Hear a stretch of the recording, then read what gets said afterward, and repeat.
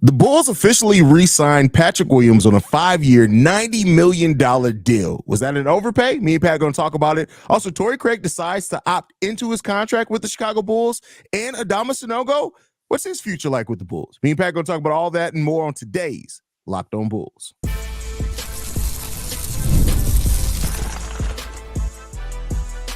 You are Locked On Bulls, your daily Chicago Bulls podcast.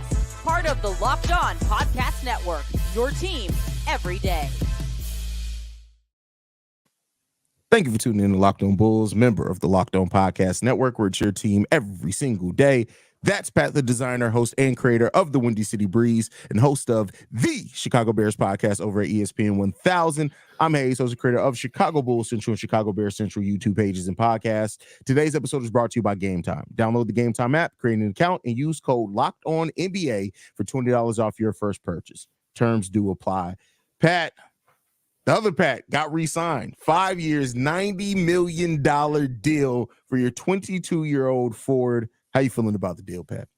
Listen, this is a good deal. I'm seeing people lose their mind over the deal right now, right? Like, oh my God, 90 million. We told y'all when the CBA changed, you have to change your brain. There's only about, I think it's a little over 13% of your cap. It's not really hitting you as far as long-term money. It's going to go down the other direction, right? I don't know if there's escalators or de-escalators on this contract, if it's front-loaded, back-loaded. I don't know how any of that works, what the incentives are. We'll see that eventually, right? But right now, at $18 million a year for $90 million over 5, you're not in a bad position with Patrick Williams. And that's coming from the guy that doesn't really like Patrick Williams.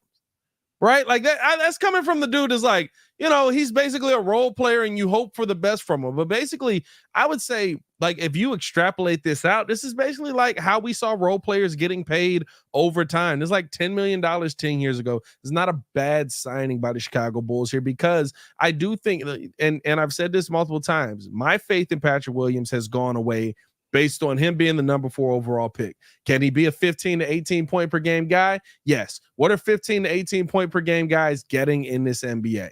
About $18 million, right? You see some of those guys who are on the high end. Miles Bridges, definitely a better player. He's about 19.5 million.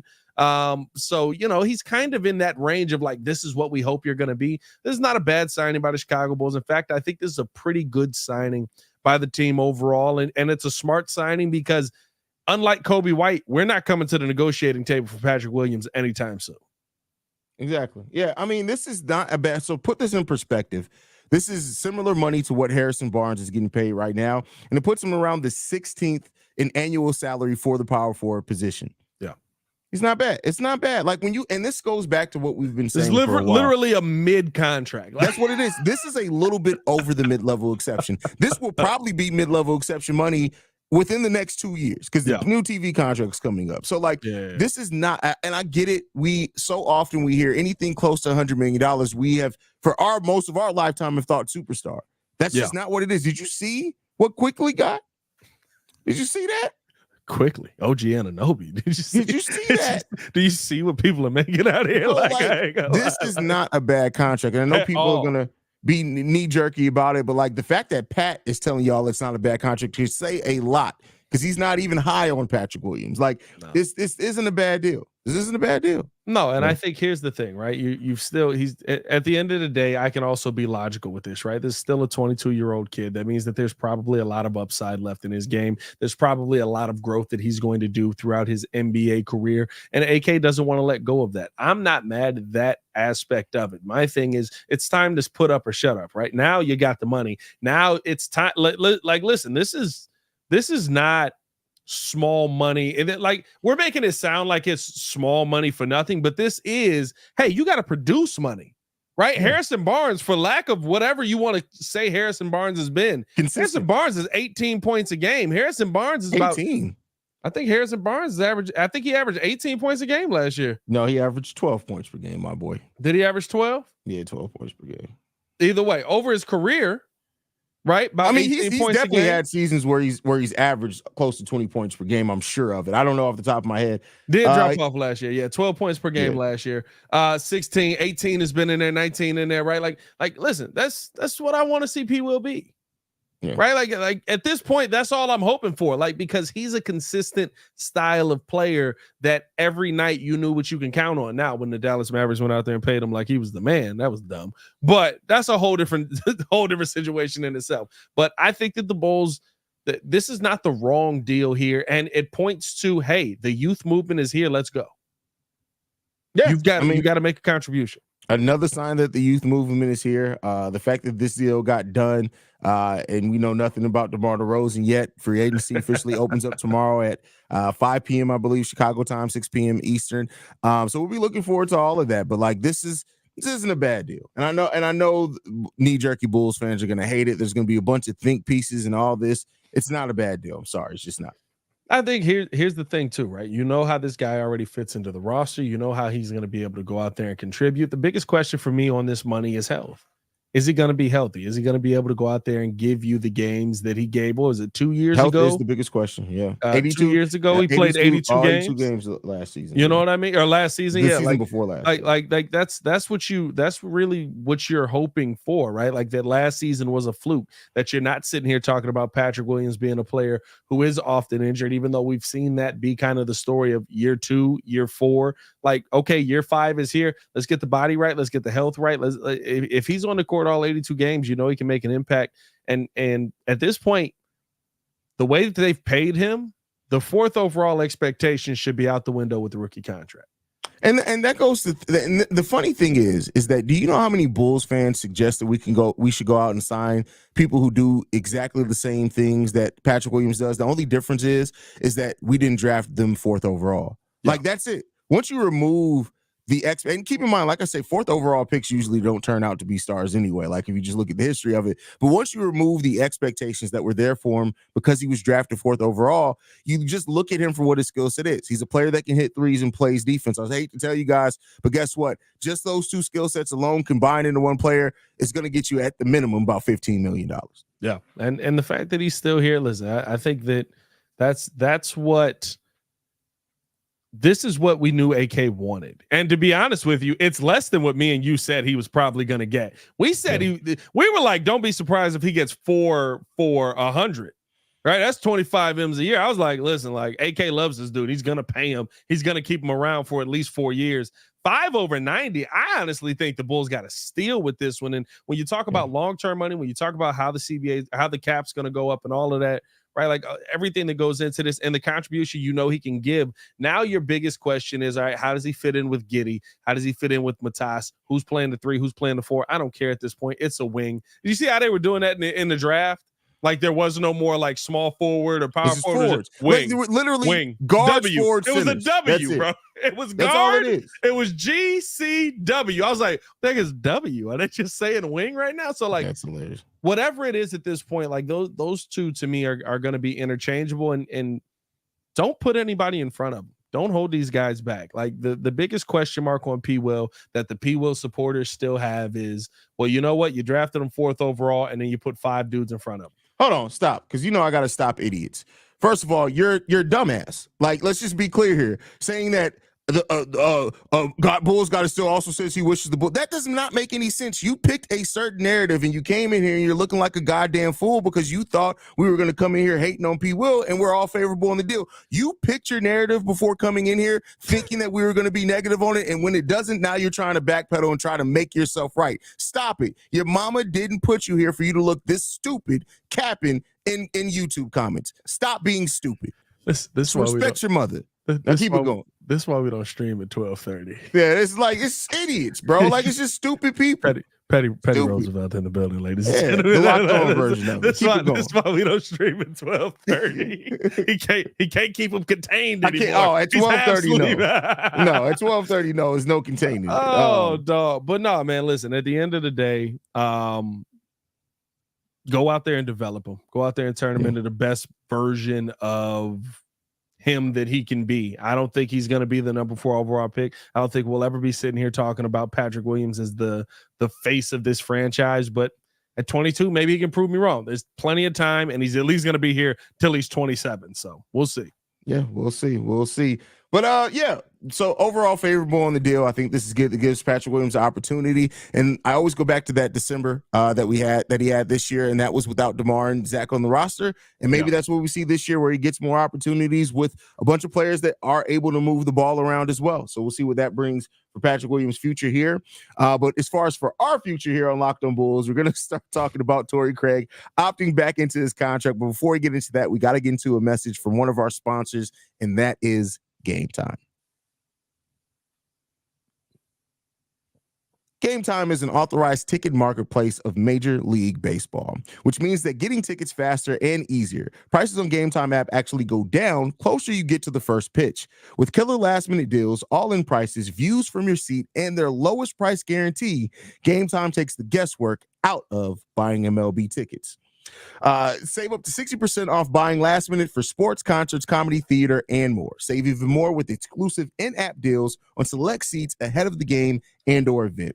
Save even more when you choose a section and let Gametime choose the seats for you. Your purchase is covered with the most flexible customer service policy in the ticketing industry. Take the guesswork out of buying MLB tickets with Gametime. Download the Gametime app, create an account, and use code LOCKEDONNBA for $20 off your first purchase. Terms apply. Again, create an account and redeem code LOCKEDONNBA. That's LOCKEDONNBA for $20 off. Download Gametime today. Lowest tickets, lowest prices, guaranteed. All right, Pat. Torrey Craig, man, we initially heard, was that late last week, whatever. That Torrey Craig was expected to opt out of his deal with the Chicago Bulls, go back on the free agent market, maybe even get a little bit more money or join a contending team. Ultimately decides to pick up his option, stay with the Chicago Bulls. He'll be playing for the Bulls on a $2.8 million contract next season. How you feeling, Pat? I was surprised. Like I was really surprised. Like, did Torrey Craig go out on the market and they were like, "We're not paying you, dog." Like, yeah, I definitely did not think Torrey Craig was going to be back in a Chicago Bulls jersey. I think this is a good guy to have coming off your bench. He gives you everything he gave you last season, except hopefully in more games. Only 54 games for Torrey Craig last season. Want to see a little bit more out of him. Want to see him be a little bit more healthy. But right, like if you're going to go from the starting unit that you now definitely have, where Patrick Williams is probably in your starting unit, to a bench unit where you want to keep those players similar, Torrey Craig does just that, and he gives you that level of contribution off of the bench that you want to see. The defense, and the other thing is that in the moments where he had to start this season, in the moments where he had to step in for P. Will, when P. Will was dealing with injury, we saw Torrey Craig be a very valuable piece at the Chicago Bulls. When they ended up losing him to injury as well, it kind of shook things up for the team. We started seeing him going the other direction, but a guy that whenever you have a guy on a cheap deal who can step in and fill in the shoes of a starter while also being a solid rotational bench guy, it's not a bad thing. Plus, he keeps that mindset that AK wanted here when he signed him and talked about how him and Alex Caruso, and he also threw Leroy Carter in there, have that same mindset, have that same dog in them, right? 2 out of 3 ain't bad. Torrey Craig and AC now we just left with 1 out of 3. Well, 1 out of 2 right now, and it's not good. Torrey Craig has that mindset, and I think with new guys coming in, with Josh Giddey, Matas Buzelis coming in, right, you want to still be able to set that standard, and I think he's going to be one of the, to me, leaders on this team that helps set that standard along with Kobe White. Yeah, and I mean, and the thing is with this deal as well for Torrey Craig, he opted in because he did just opt into the deal, and it wasn't like the Bulls had to re-sign him. He can be traded this offseason. Yeah, so if 100%. they do look to move him, it is a possibility, and maybe you just never know. The Bulls could very well talk to him and be like, "Hey, we feel like we got a deal for you to go to a contender as part of whatever," and maybe he's down for that. I'm not saying that that's the case. I'm just saying that him opting in doesn't mean that he has to finish the season with the Bulls. I would go on and probably say if that Torrey Craig plays really well, considering that the Bulls are going younger, there's probably a high possibility that he is traded at the trade deadline. I would agree with that too. And you've got a solid weapon in your arsenal that you know is going to show you some things during the season, might increase his draft stock, might help you get some draft capital back, right? And listen, look, like if he plays well enough, they trading people for stupid stuff out here now. Like 5 second-round picks. Right, bro, you know what I mean? Like they're trading people for the dumbest things of all time at this point. There's not been an NBA offseason the last 3 years where I haven't gone, he got traded for what? Yeah. How much you traded for? Like, remember they did the Rudy Gobert deal, and I was like, Kevin Durant's still out there. Y'all gonna trade him for France? Like, I remember, was he? I can't. Was it you or a kid that was like, yeah, Rudy Gobert is probably going to be sold for low, and I was like, I don't remember which one it was. It was one of y'all that said that. Probably. Yeah. I mean, and I was just like, oh, well, I mean, he didn't get sold low at all. He got sold very high, ridiculously high. But no, I think the big thing about bringing back Torrey Craig is you start your season off with your young guy setting the standard, and you hope that the hope is that he gets surpassed in the rotation, not because of injury, not because of guys struggling, but because Matas Buzelis or Patrick Williams completely proves like, hey, listen, I'm the guy. We appreciate you, Torrey, but we don't need you to step in this moment. Yeah, I mean, we'll see. And I mean, it's good to have a veteran there as well, because right now you look at our forward rotation, it's Patrick Williams and a bunch of unproven guys. It's Patrick Williams, Matas Buzelis, Julian Phillips, and Dalen Terry some. And Torrey Craig right behind that. So it's good that he did stay. And if the young guys show and prove that they are ready and he shows that he's healthy, like I said, I would not be surprised if Torrey Craig may start the season off on the Bulls roster. Wouldn't be surprised if he doesn't finish it on the Bulls roster. No, 100%. I feel like he's going to be a piece that a lot of teams will look at if healthy. So excited by that. Excited about what we're seeing out of Torrey Craig, man. I think let me ask you this. When you look at kind of how this rotation is going to work, you kind of alluded to some of the forwards, like who's not getting the tick? Is Dalen Terry the odd man out in this? I know, because Dalen Terry can also play some guard. Honestly, I think everybody's getting a little bit of tick. I'm not saying much, but I think everybody gets a little bit because, like, I mean, at this point where our roster is, it's difficult to exactly figure out, because if Zach and DeMar end up not being on this roster, there's going to be a handful of minutes also at that wing of 2 and 3. There's going to be some minutes outside of Matas Buzelis and Patrick Williams at the 3 and 4. So there's gonna be minutes to go around. I think it just comes with maybe situationally, maybe who brings it and shows the most growth in training camp. Those type of things are decided. But if I had to bet, to answer your question, which one is going to leave themselves out, I'd probably bet Dalen Terry, just because he's so raw still. And Julian Phillips, before he went down with injury, looked like he was starting to put it together. Yeah, I think that's the does he come back the same? Is he able to really, I mean, like, it's so funny because 2 years in a row we've drafted 2 young players who literally people were like, "Now I don't believe in him." Why don't you believe in him? Well, I didn't like how he shot the ball last year. Mm-hmm. And we saw Peter Patton, how much he helped Julian Phillips. Julian Phillips came in confident. Yeah. And the biggest change they made was like, go back to shooting how you shot in high school. Why they try to change?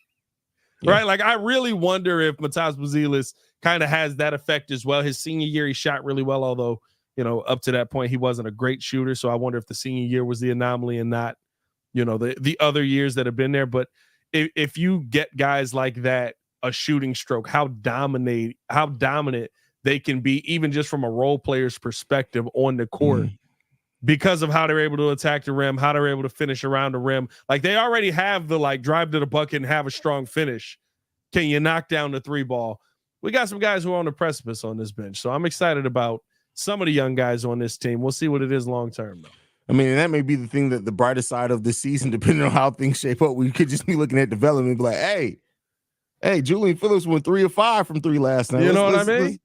It's still an L, but he went 3 of 5. I mean, it's so weird because I don't see this. Like, I've seen the bad Bulls teams, right? And I've had to like try and hype them up. I've seen the starting lineups where you got Zipser, Lemon, and freaking Cameron Bairstow on the floor all at once. And you're like, oh, Cameron God. Bairstow. Wow. I haven't heard that name forever. It was gross, let me tell you. And I was live calling games. It was terrible.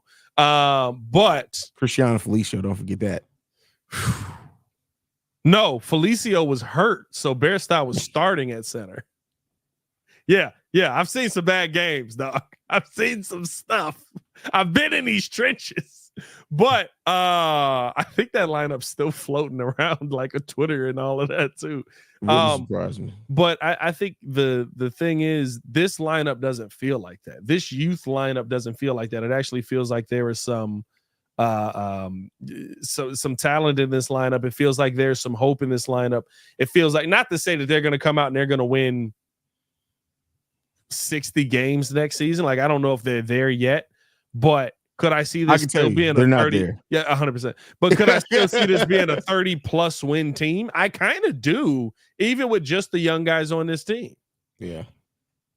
So We'll see what it ends up being, man. But before we get into this final topic, where we got to talk about one of the other young guys who's definitely trying to make a name for himself, and y'all know I'm a big believer in him. We got to tell you guys all about eBay Motors.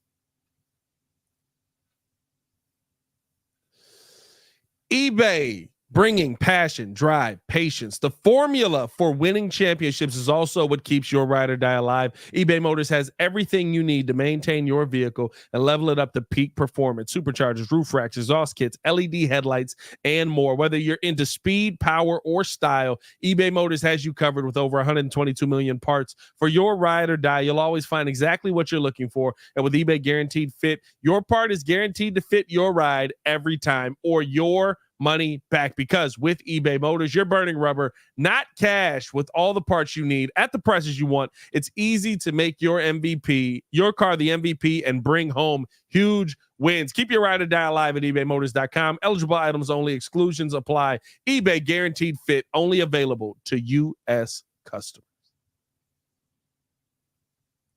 Are you not going to press the banner? I got it.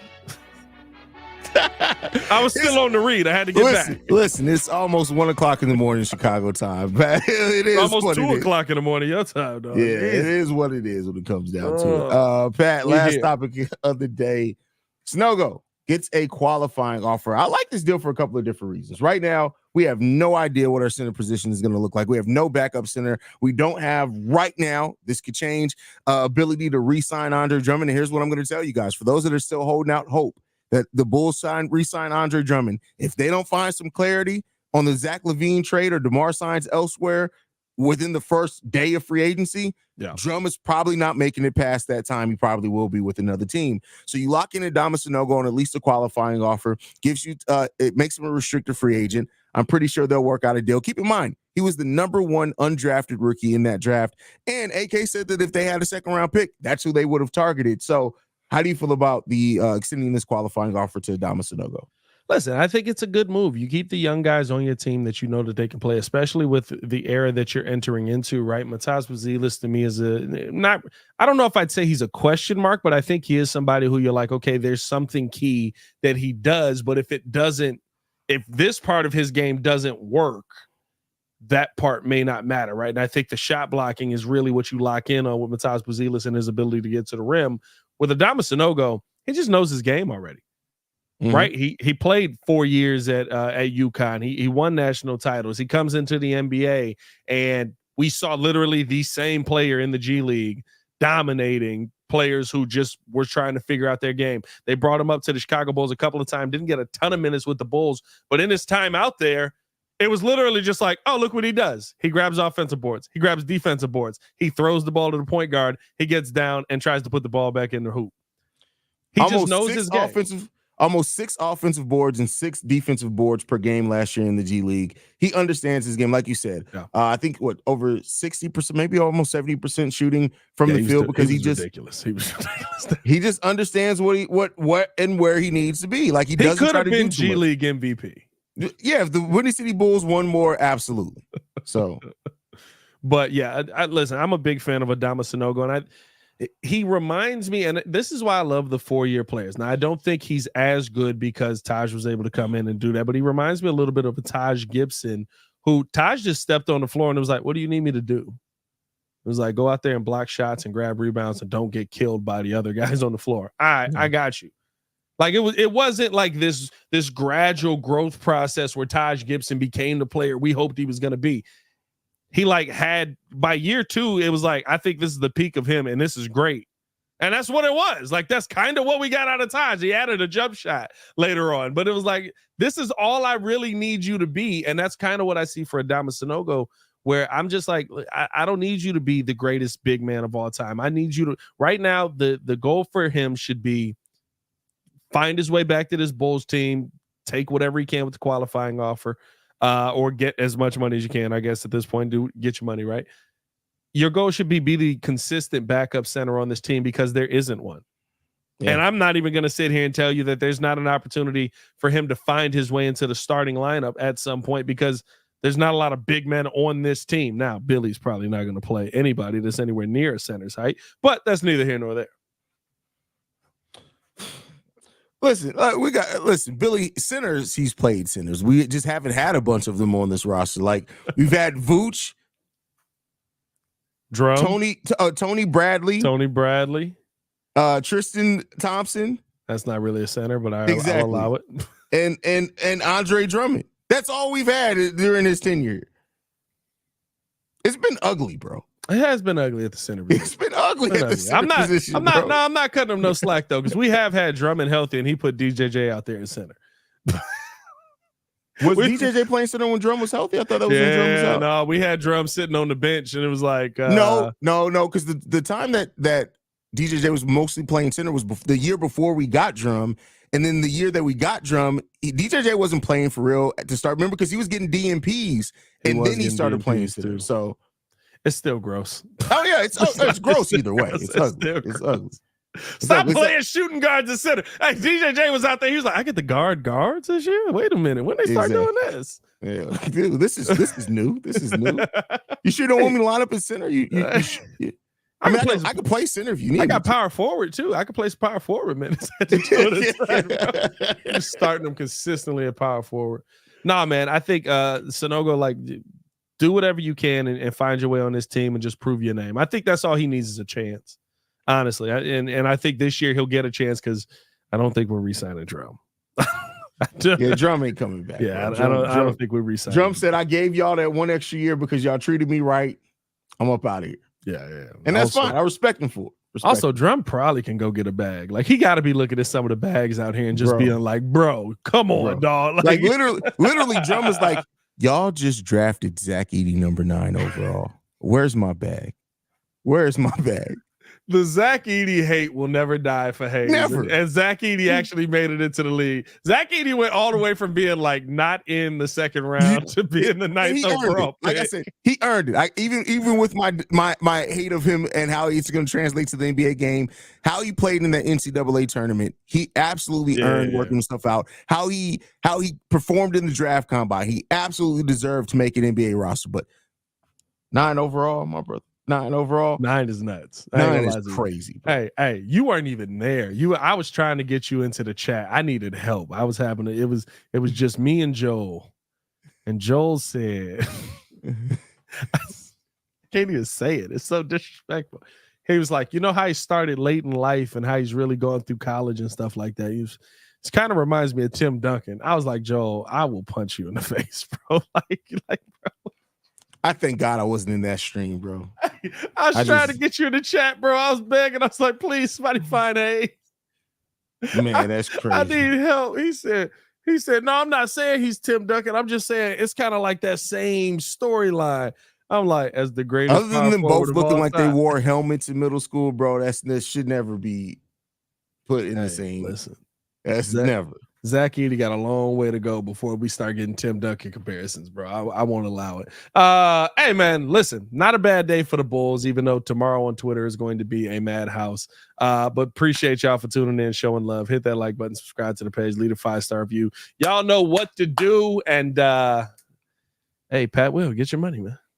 He got it. You guys can follow me at CEO Hayes, man. We thank you guys. Make sure you check out Locked On Bulls. We are free and available on every podcasting app and platform of your choice, as well as YouTube. For Pat the Designer, I'm Hayes. This has been Locked On Bulls, and I'm sleepy. I'm tired. Forget sleepy. I'm dead, bro. Oh, God. You think Big P Will is somewhere crying right now because Petty Roosevelt cooked him? Who's Big P Will? Is that what Buddy's name? That was his username, yeah.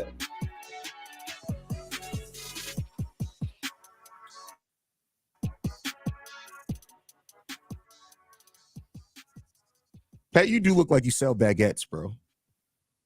What?